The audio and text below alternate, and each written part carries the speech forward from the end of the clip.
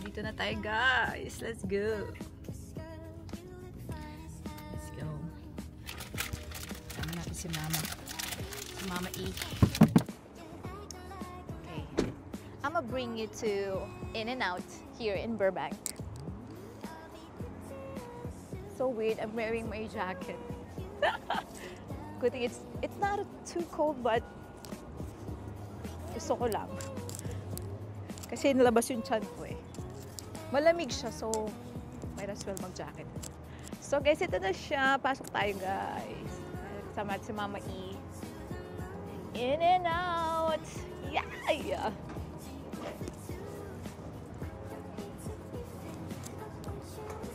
Dami tao, my God. Haba ng pila. We are closed for Thanksgiving. Bukas kasi yung Thanksgiving, mga be. So, feeling ko lahat sila ngayon nagsisilabasan. Dahil close sila bukas. Close lahat bukas. Pag Thanksgiving nila close kasi lahat sila nagluluto-lutuan sa bahay nila. Pero yung shopping, start ng gabi. Papalaban tayo ng English dito. Char! Hi! Can I have one double, please? Next, yes? Yeah. Grilled onion, please. Grilled onion. And one animal fries, please. Strawberry milkshake, please. Yeah, that's it. For here.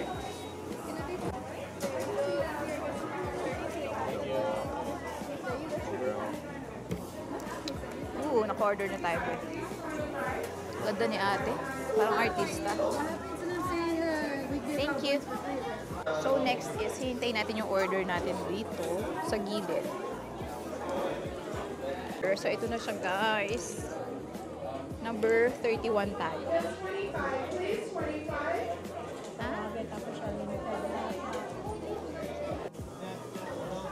So hintayin lang natin yung order, guys. Kita mo na lang yung mga nag-vlog dyan. Kaya nga eh.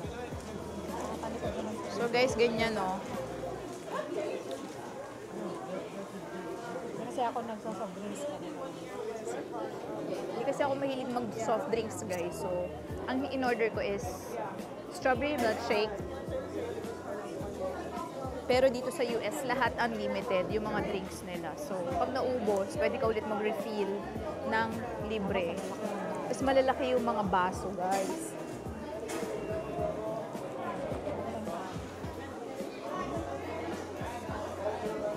Yan o.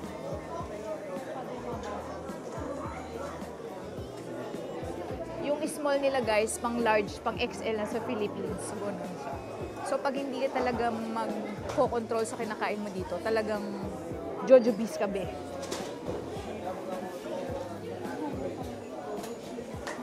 Kaya, dahil foodie kami or mahilig kami sa pagkain mga kapatid, or especially me, so, mahirap siyang, mahirap labanan, pero kailangan.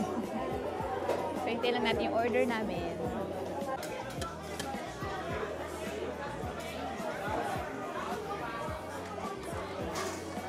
Ngayon na lang ulit kami nag-In-N-Out.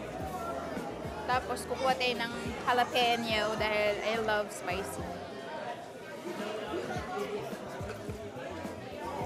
Let's go!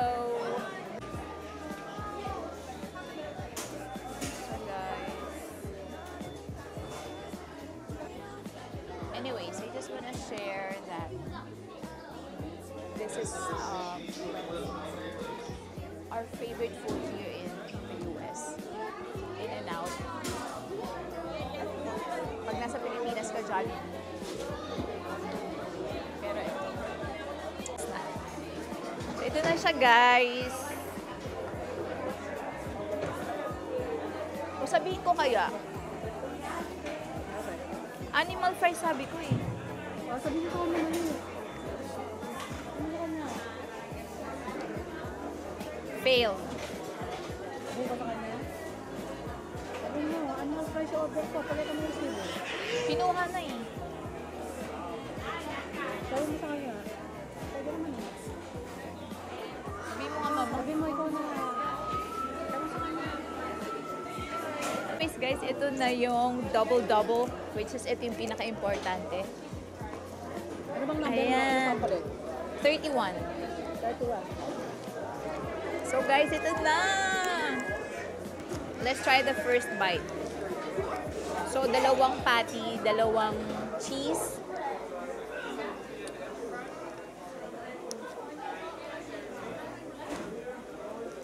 Thank you, Lord, for this food. Pinalitan?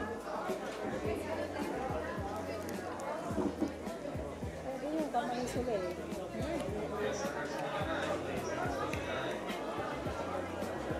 Sarap. Meron lang ako hindi gusto. Nilagyan niya ng onion. I said grilled onion.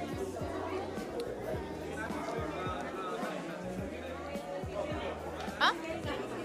Guys, sobra talaga sila dito. Nagkamali sila sa order ko. Kita mo binigay. Binigyan ako ng animal fries. Tapos sabi, i-keep na lang daw namin yung isang fries. Ano yan? So may libre tuloy si mama na fries. Sarap guys. Malinamnam na masarap na.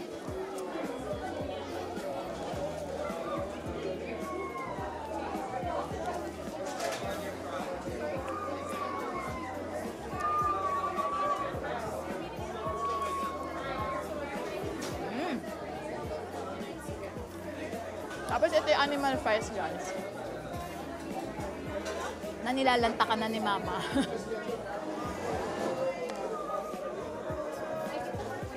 Usually, ito yung normal lang na fries, pero mas gusto namin yung animal fries. Kasi para siyang may grilled onion, may cheese.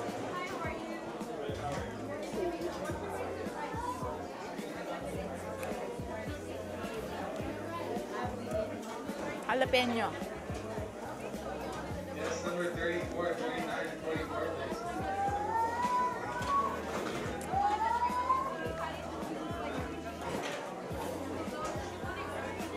Sarap din.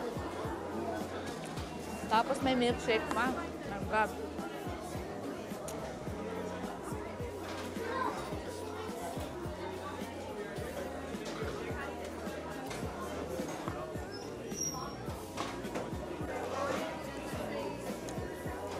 Another bite.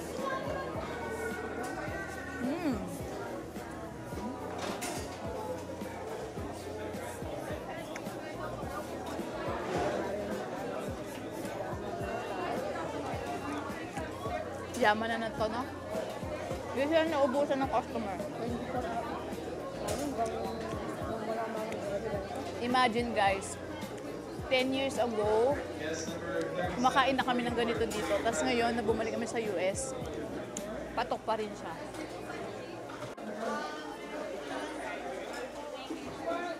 Lagyan natin ng fries.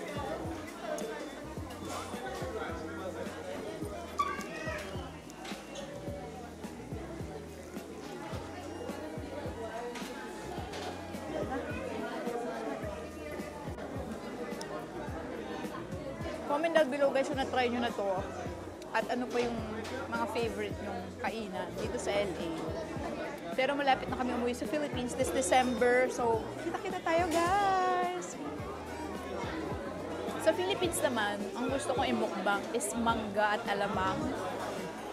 And balot. Anyways guys, thank you for watching this video. Follow for more! Yan! Woohoo! In and out!